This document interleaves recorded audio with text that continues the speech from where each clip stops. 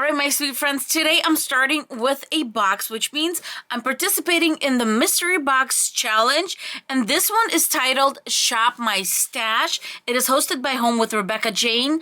In the description box below, you will find the link to the next video in this collaboration. Please click on it so you can see the next creator, and let's have some fun. Let's see what I got. The card she got me is super cute. 3 wrapped items are the ones that I must do. In case you're new to this is how it works. We all send each other boxes. So one of the other girls in my group got my box, and we had to wrap 3 items that are must do. So whatever 3 items that are wrapped, I must do. And as you can see, I did not behave. I did open it up. So nosy little Nadia could not wait till the video. I had to open it. So this is called Shop My Stash, which means that it's basically what Rebecca had on hand. She sent me some items, and 3 of these I have to do. All right, I'm going to put these on the side. These I don't have to use, but these are so super cute. I love these. This one says hugs, and Dollar Tree has a ton of them. Then she got me these sweet little cows. Adorable. Then let's see here. Little thankful for. This is going to be so cute.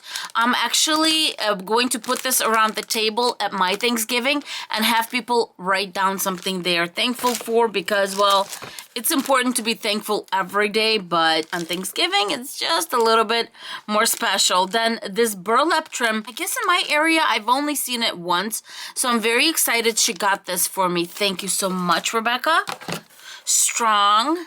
How beautiful is this? Let's see here. Then yard of fabric, really cute. And then last item is this little fence, very cute. Item number 1 is this beautiful jar. I love these from the Dollar Tree.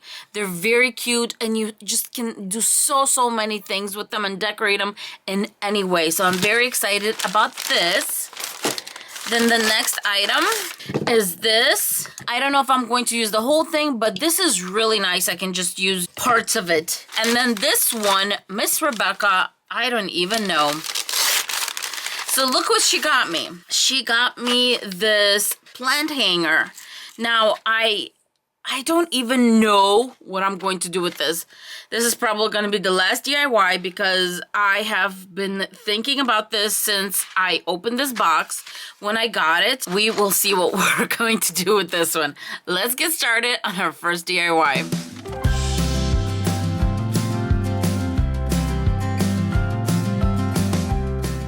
To get started on this project, I'm grabbing my embossing heat gun, and I'm going to heat up all those sparkles on the words, and I'm just going to scrape them right off. Next, I'm grabbing a sanding block and just smoothing that area out. Now I'm going to give my jar 3 coats of the white chalk Rust-Oleum paint in linen white. To give the jar some dimension, I'm grabbing some brown and some white paint, and I'm just mixing it kind of to make shadows, and all I'm doing is following the contour of the jar. So from the top, I'm swaying around the top, and then from the bottom, same thing, and I'm mixing the brown with the white just to give it a soft touch. Now I'm just grabbing a square piece of burlap fabric, and I'm going to wrap it around the lid area of my jar. And the first thing I did was I hot glued it in the back after I kind of evened out how I want it to look, just to hold it in place while I'm going to do the sides. For a clean look, I'm just giving each side of the lid a dot of hot glue and bringing the fabric right on top of that. And then each of the sides, I'm just going to bring together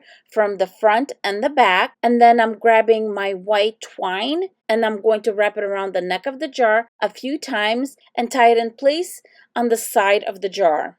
As you can see, I have my usual help today from Leo.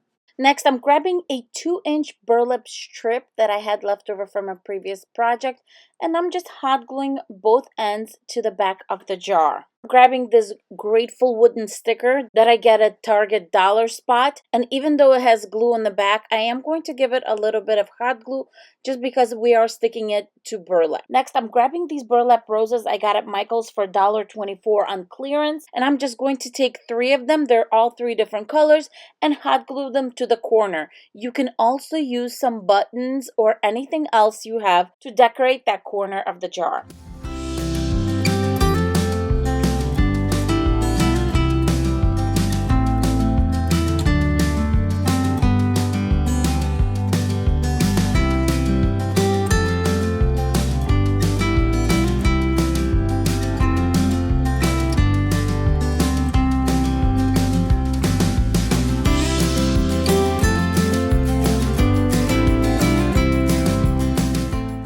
For this project, I'm grabbing this beautiful wooden pumpkin from the Dollar Tree, and I'm going to give it 1 coat of grotto green. This is a beautiful teal color by Folk Art, and it is a chalk paint. For the stump, I'm going to be using this gorgeous zinc gray by Americana. After my pumpkins dry, I'm going to brush on some white chalk paint, and we're going to do a dry brush. As you can see, I'm using my brush and I'm coming in from outside in, and because I'm using a very light shabby brush and because I wiped it on a paper towel first, I'm getting a really light coat of paint, and it's bringing dimension and character to my pumpkin. I absolutely love how this turned out. Next, I'm grabbing a small brush. I am going to brush it against my paper towel first, and then I'm going to follow the contour of my pumpkin stump and make a few lines. This will bring the stump to life and kind of give it a 3D effect. Now I'm going to use one of the boards from my Dollar Tree sign, and I'm going to put it in the center of my pumpkin. To cover my little board, I'm going to be using this wallpaper. It's this peel and stick 11 by 16 wallpaper. If you notice, that's what I actually have in the background of my table. I'm going to cut it to size and just stick it to the sign. Next, I'm hot gluing my board to the center of my pumpkin, and then I'm grabbing some of these harvest signs from the Dollar Tree, and I'm going to paint the Hello Autumn sign in the same grotto green. And when it dried, I did dry brush a little bit of white go along with the pumpkin. Now I'm grabbing a teal satin ribbon from the Dollar Tree, making a simple bow, bringing it together with some hot glue in that center. And then on top of that, I'm grabbing some of that Farmhouse Dollar Tree lace and making another simple bow and hot gluing it right on top of my teal one. To cover the center of the bow, I'm just grabbing another piece of that satin ribbon, wrapping it around and hot gluing it in the back, and then hot gluing both of the bows to the left of my sign. I absolutely love how this project came out, and it's already hanging in my house.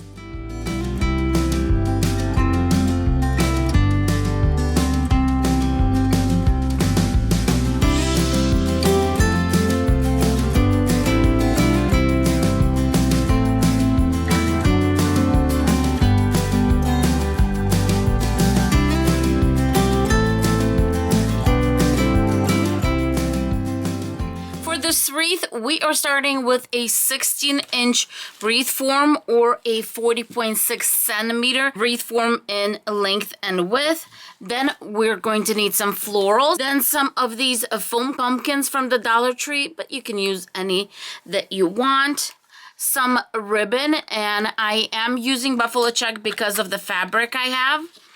Then I have this plant hanger, any fabric on hand, depending on the color that you're doing or the color scheme that you're doing. And then we're just going to need basics like scissors, hot glue gun, and floral wire to attach our florals. The first thing I'm going to do is I'm going to grab my plant hanger and I'm going to separate it from that big hook. And then I'm going to take 3 strands. Now this all depends on you, how long you want them.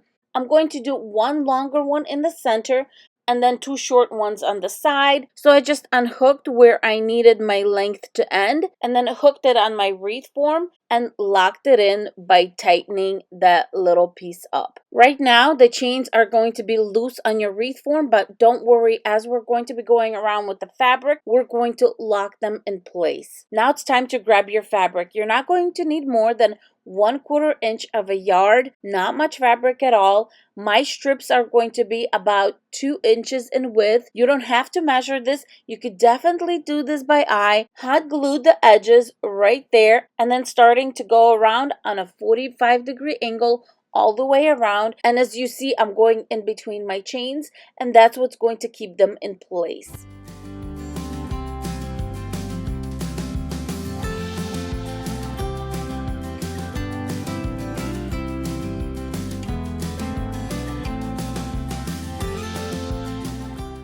When I hot glued the last strand in place, I went around the whole wreath and just hot glued here and there in the back where I felt like it needed.